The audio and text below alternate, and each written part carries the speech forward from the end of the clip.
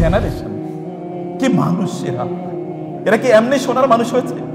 এরা কি এমনি উম্মার শ্রেষ্ঠতম সন্তান? এরা কি এমনি উমরের নাম শুনলে শয়তান অন্য রাস্তা দিয়ে পালায়?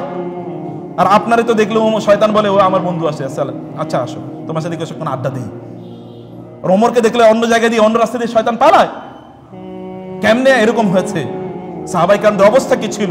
আবু আইয়ুব আল আনসারী রাদিয়াল্লাহু তাআলা আনহু রাসূল সাল্লাল্লাহু আলাইহি ওয়াসাল্লামের আত্মীয়, এবং মদিনায় গিয়ে তিনি, যার বাসায় প্রায় 16-17 মাস ছিলেন, আবু আইয়ুব আল আনসারী রাদিয়াল্লাহু তাআলা, বিখ্যাত সাহাবী, তিনি শুনলেন উকবা ইবনে আমির নামক একজন সাহাবী, তিনি মিশরে থাকেন, আরো দূরে।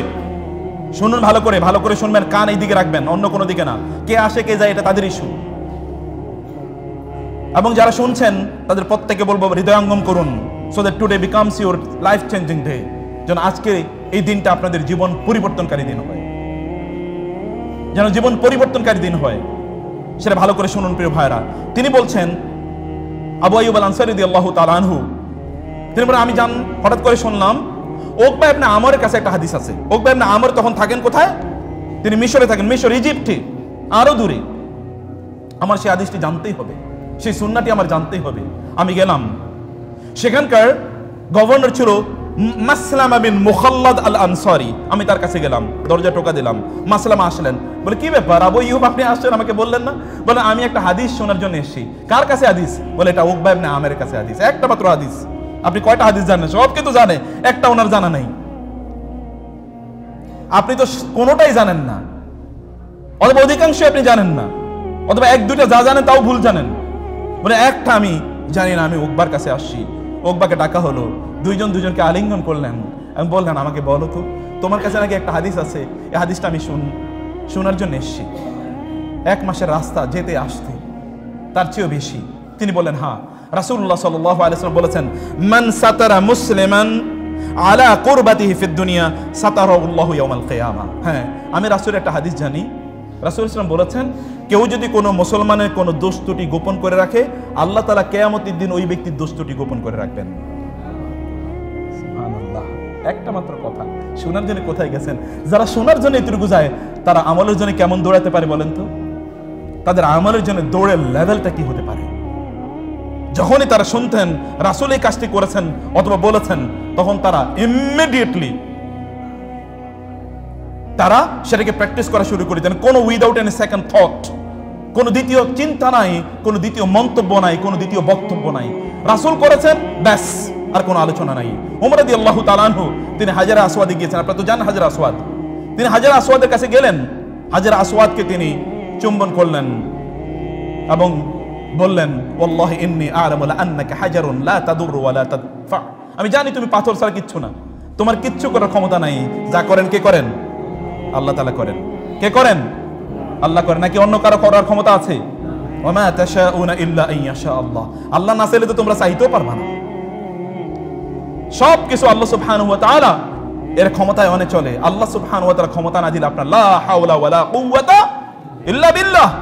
ক্ষমতা আসে কার পক্ষ থেকে? আল্লাহর পক্ষ থেকে। অনুমতি আসে আল্লাহর পক্ষ থেকে।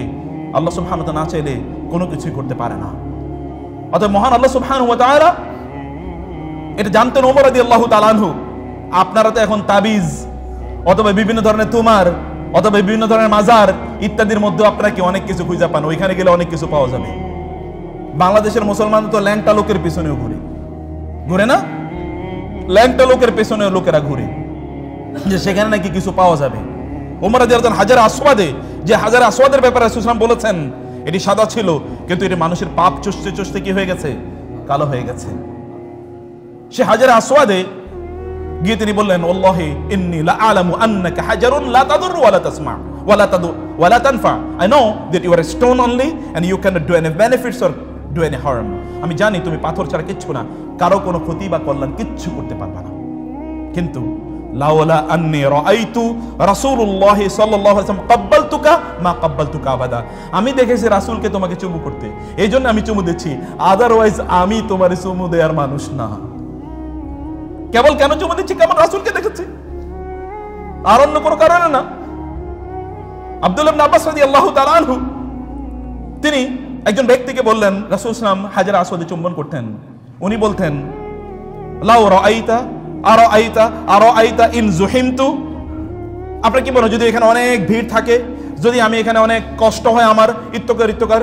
তিনি বললেন এজআল আরাইতা বিল ইয়ামান, তুমি আরাইতা ইয়ামেনে রাখো, তুমি ইয়ামেনের মানুষ তো ইয়ামেনে আরাইতা রাইখা আসো। রাসূল এটা চুম্বন করছে, তুমি চুম্বন পারলে করবা, আর কোনো আলোচনাই নাই। তুমি কেন বিভিন্ন এক্সপ্লেনেশন ব্যাখ্যায় যাও, এরকম হলে কি হবে, এরকম হলে কি হবে, এরকম হলে কি হবে, এরকম কিল ওয়াকাল, এটা শয়তানের দরজা উন্মুক্ত করে দেয়, শয়তানের দরজা উন্মুক্ত করে দেয়। রাসূল বলেছেন বেশ কান ওয়াক্কাফান ইনদা কাউলির রাসূল ইনদা সুন্নাতির রাসূল সাল্লাল্লাহু আলাইহি ওয়াসাল্লাম। রাসূল বলেছেন, আর কোনো আলোচনা নাই। সাহাবায়ে কেরামদের অবস্থা ছিল এরকম, রাসূলুল্লাহ সাল্লাল্লাহু আলাইহি ওয়াসাল্লাম বলেছেন, আর কোনো আলোচনা নাই। মুয়াবিয়া রাদিয়াল্লাহু তাআলা আনহু বাইতুল্লাহ যখন তাওয়াফ করতেন, তখন তিনি বাইতুল্লাহর যে আরকানগুলো আছে, অর্থাৎ রুকনে ইয়ামানি, রুকনে শিমালি, হাজারে আসওয়াদ এবং অন্য রুকনগুলো আছে, 4টা পিলার, এই পিলারগুলো তিনি ধরতেন। আব্দুল্লাহ ইবনে আব্বাস বলেছেন, রাসূলুল্লাহ সাল্লাল্লাহু আলাইহি ওয়াসাল্লাম কেবল রুকনে ইয়ামানি এবং হাজারুল আসওয়াদ এই দুটো জায়গা ছাড়া কাবার আর কিছু স্পর্শ করতেন না। তিনি সাথে সাথে বললেন, রাসূল এটা করেছেন। মুআবিয়া এই বিশ্বের সর্বশ্রেষ্ঠ রাজা, এর চেয়ে বড় কোন রাজা, যদি রাজত্বের কথা বলি, কিংডম, এর চেয়ে বড় কিং এই পৃথিবী কখনো দেখে নাই, এরকম একজন কিং। তিনি সাথে সাথে বললেন, রাসূল এটা করেছেন, তাহলে আর কোনো কথা নাই। রাসূল বলেছেন, আর কোনো কথা নাই। মুয়াবিয়া রাদিয়াল্লাহু তাআলা আনহু এরকম একজন ব্যক্তি। ওসমান ইবনে আফফান রাসূল সাল্লাল্লাহু আলাইহি ওয়াসাল্লামের 2 মেয়েকে বিয়ে করেছেন।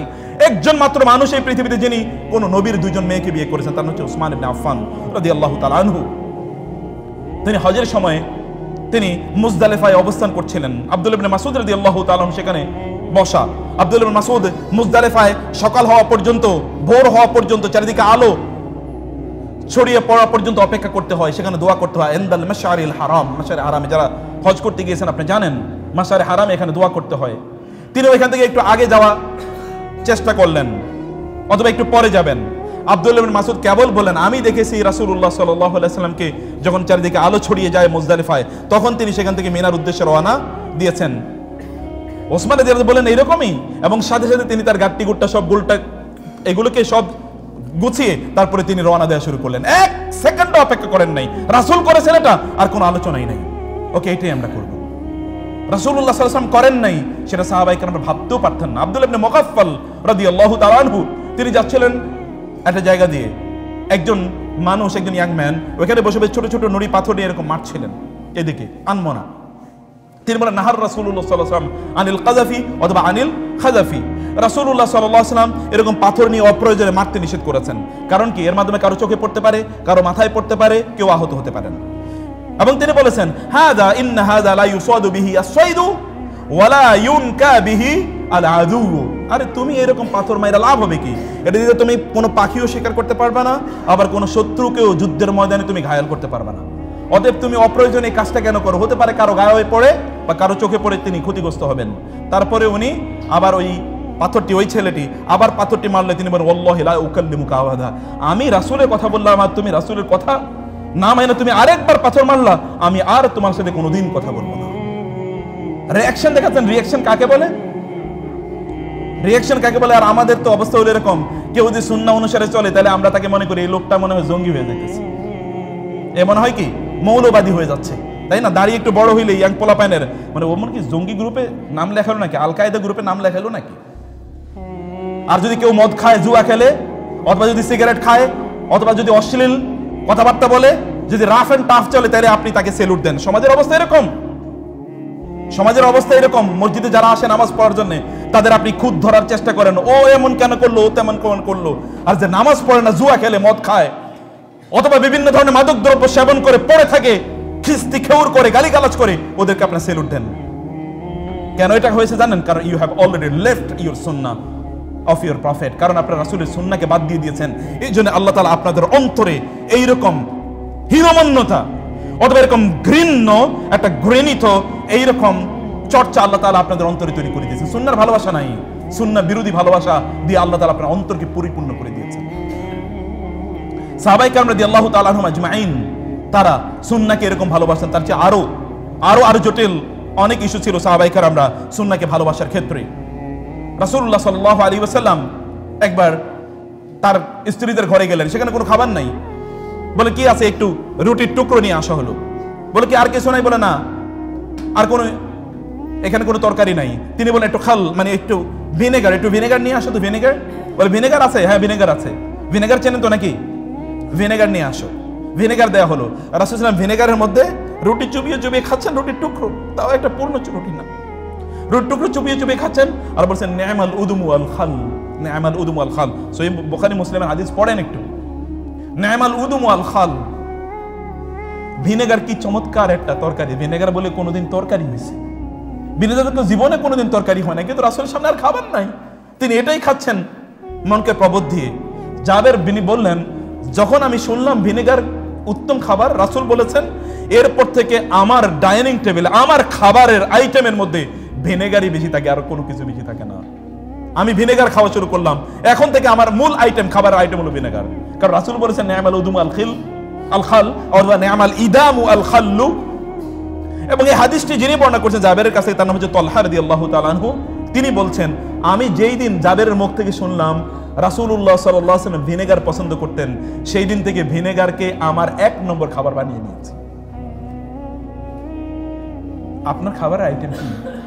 আপনি কোনোদিন চিন্তা করেছেন রাসূল কি খায়, রাসূল কি পছন্দ করে, রাসূল সাল্লাল্লাহু কোনটাকে পছন্দ করতেন? এটি কোনোদিন আপনি ভেবেছেন অথবা কোনোদিন কি আপনি চিন্তা করেছেন?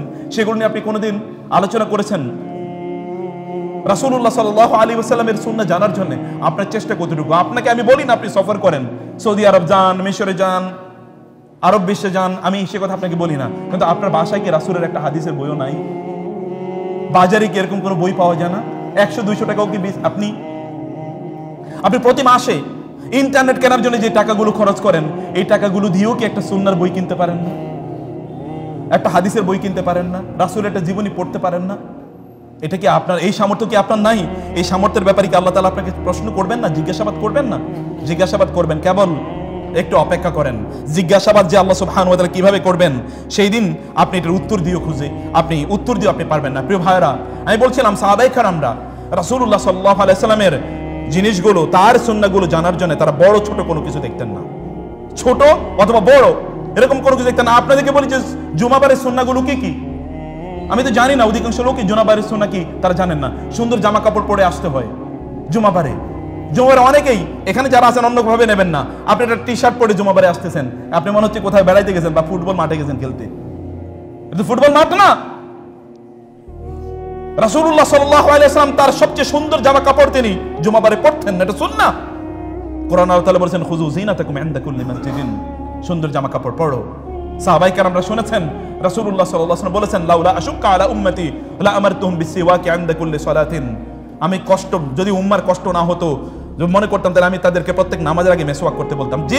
যেই সাহাবী হাদিসটি বর্ণনা করেছেন উনি বললেন আমি সর্বদাই আমার পকেটে, আমি সর্বদাই নামাজের আগে কি মেসওয়াক করতাম, যেন ভুলে না যায়। এই জন্য আমি আমার কানের সাথে একটা মেসওয়াক সবসময় ঝুলিয়ে রাখতাম, যেন ভুলে না যায়।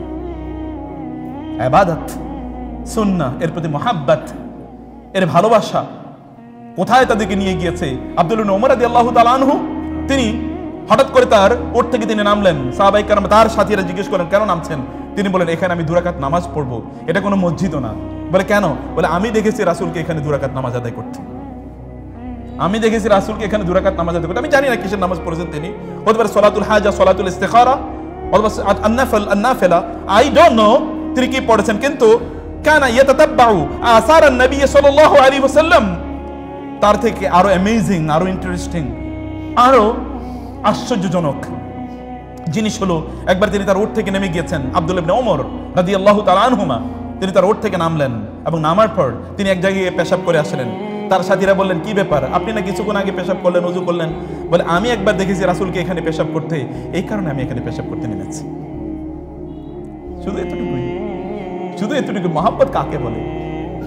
মহব্বত কাকে বলে? আমরা শুনেছি, আপনার ছোটবেলা লাইলি মজনুর কাহিনী শুনেছেন, যে মজনু লাইলির কি কি জামা কাপড়, তার চুলগুলো কেমন ইত্তকার, এগুলো নিয়ে আলোচনা, মানে এগুলো নিয়ে ভর্তি। এখন দেখবেন আমাদের দেশে যে সকল উপন্যাস বা কবিতা লেখা হয়, যদি এগুলো আমাদের কবি বা উপন্যাসিকরা, তারা দেখবেন যা তারা লিখছে এগুলো তাদের প্রেমিকা অথবা তাদের প্রেমিকদের বিভিন্ন জিনিস কিভাবে তারা এগুলো লিখে দিচ্ছে। একেবারে চুলের কালার অথবা তার চোখের কালার, তার আইব্রো কতটুকু। রাসূল সাল্লাল্লাহু আলাইহি সাহাবায়ে কেরামরা কেমন ভালোবাসতেন, কেমন প্রেমিক ছিলেন, দেখেন। এই প্রেমের কাহিনী হলো এটা, যে কোথায় তিনি কি করেছেন তা এভরিথিং ইজ রেকর্ডেড, সবকিছু সেখানে স্পষ্ট করে তিনি তারা জানিয়ে দিয়েছেন। সাহাবায়ে কেরাম রাসূলুল্লাহ সাল্লাল্লাহু আলাইহি ওয়াসাল্লামের জীবনে এমন কোনো দিক নাই তিনি কতটুকু লম্বা ছিলেন, তার চুল কতটুকু ছিল, এবং যখন তিনি মারা গিয়েছেন তার কয়টা চুল পেকে ছিল, এটা পর্যন্ত হাদিসের মধ্যে রেকর্ডেড আছে। এতটুকু পর্যন্ত সেখানে রেকর্ডেড আছে। সম্মানিত ভাইয়েরা এবং বোনেরা, সেই জন্য আমি বলছি রাসূল ইসলামের সুন্নাহকে অনুসরণ করুন, এটাকে আপনাদের লাইফস্টাইল বানান, এটাকে জানুন, এটাকে বোঝার চেষ্টা করুন এবং সেই অনুসারে আপনাদের জীবনকে আপনারা পরিচালনা করুন। আল্লাহ সুবহানাহু ওয়া তাআলা আমাদেরকে সেটি বোঝার তৌফিক দান করুন। আল্লাহুম্মা আমিন। আমাদের জুমা নিয়ে অনেক ধরনের আলোচনা আমাদের মাঝে আছে, বেশ অনেক ইস্যু আমাদের সামনে চলে আসে যে এই কাজগুলো করা ঠিক কিনা, ওই কাজগুলো করা ঠিক কিনা, এটা আমরা করব কিনা, ওইটা আমরা করব কিনা। এক নম্বর আমরা আপনাদেরকে বলেছি যেটা আল্লাহ রাসূল করেছেন সেটি আমাদেরকে করতে হবে, এর বাইরে করার কোনো সুযোগ নাই, এটাই ইসলাম। দুই নম্বর বিষয় হচ্ছে রাসূল যেটা করেন নাই এটা করার কোনো অনুমোদন আপনার জন্য নাই। রাসূল করেননি তা করার কোনো অনুমোদন আপনার জন্য নাই। সেটা যদি আপনি করেন তাইলে এই দায় এবং দায়িত্ব নিয়ে আপনাকে যেতে হবে। আর এটা আপনার কোনো ইবাদতই এগুলো আপনার কবুল হবে না, যত ভালো করে আপনি ইবাদত করেন না কেন। শয়তানের কাজ হচ্ছে যেগুলো বেদাত এগুলো আপনার কাছে আকর্ষণীয় করে দেয়া। সকল হারাম জিনিস হাদিসে এসে কোরআন রাসূল সাল্লাল্লাহু আলাইহি ওয়াসাল্লাম বলেছেন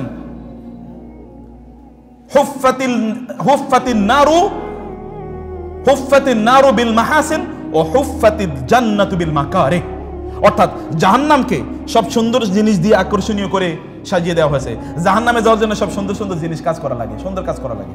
বুঝেন নাই সুন্দর কাজ মানে কি? সিনেমা দেখবেন, নাটক দেখবেন, আবার একটু নাদুস নুদুস পারফিউম, মহিলারা পারফিউম ব্যবহার করে তারা হাঁটবে, ছেলেরা তাদের টাকনোর নিচে প্যান্ট পরবে এবং তারা মহিলাদের মতো করে আচরণ করবে, মহিলাদের মতো তাদেরকে দেখলেও বোঝাবে না এটা মহিলা নাকি পুরুষ, এইরকম করে তারা চলবে। তারা ঘুমিয়ে থাকবে, সকালবেলা তারা ঘুম থেকে উঠবে না, কোরআন তেলাওয়াত করবে না, নাটক উপন্যাস নভেল ইত্যাদি তারা পড়বে, তারা মহিলাদেরকে নিয়ে গাল গল্প করবে, একসাথে তারা খাবে, হাত ধরে ধরে তারা বেড়াবে, ফষ্টি নষ্টি করবে, ক্লাসে একসাথে বসবে, ইত্তকার এগুলো খুবই মজার জিনিস, আকর্ষণীয় জিনিস। তো এগুলো এটা জাহান্নামে যাওয়ার কারণ।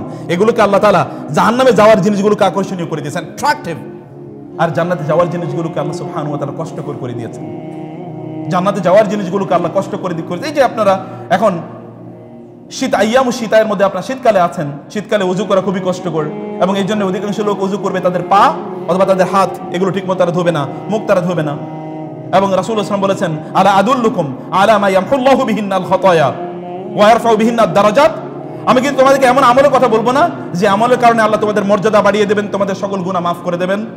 তোমাদের একটা হলো ইসবাগুল উদুই আলাল মাকারিহি, কষ্ট হলেও ঠিকমতো ওযু করা। ওয়া কাসরাতুল খুতা ইলাল মাসাজিদি, বেশি বেশি মসজিদে যাওয়া, বেশি বেশি কি করা? মসজিদে যাওয়া। রাসূলুল্লাহ সাল্লাল্লাহু আলাইহি ওয়াসাল্লাম আমাদেরকে জানিয়ে দিয়েছেন। অতএব রাসূলুল্লাহ সাল্লাল্লাহু আলাইহি ওয়াসাল্লামের সুন্নাহটাকে আমাদের জানা এবং সেই অনুসারে আমাদের আমল করা দরকার।